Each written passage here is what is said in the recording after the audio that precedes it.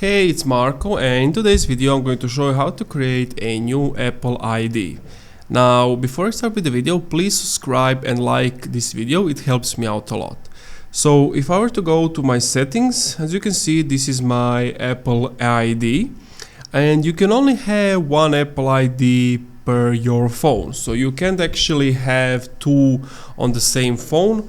What you can do is play around with the family sharing, and that way you can have one Apple ID across all of your different phones.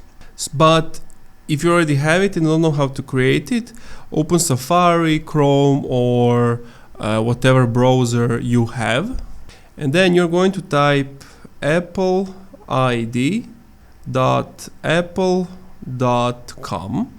And once you are on the website, scroll down a bit, you can read the copy, but what interests you is this sign in button. Basically, when you click on that, you're going to get option like this: create your Apple ID, first name, last name, your country, region, and birthday. Make sure that you're not using the same email with your already created Apple ID account. And that's pretty much it. I'm showing you in this format because whenever I click sign in, it automatically wants to sign in to my account. And that's it. Thank you for watching this video. If you enjoyed, leave a like, comment, subscribe.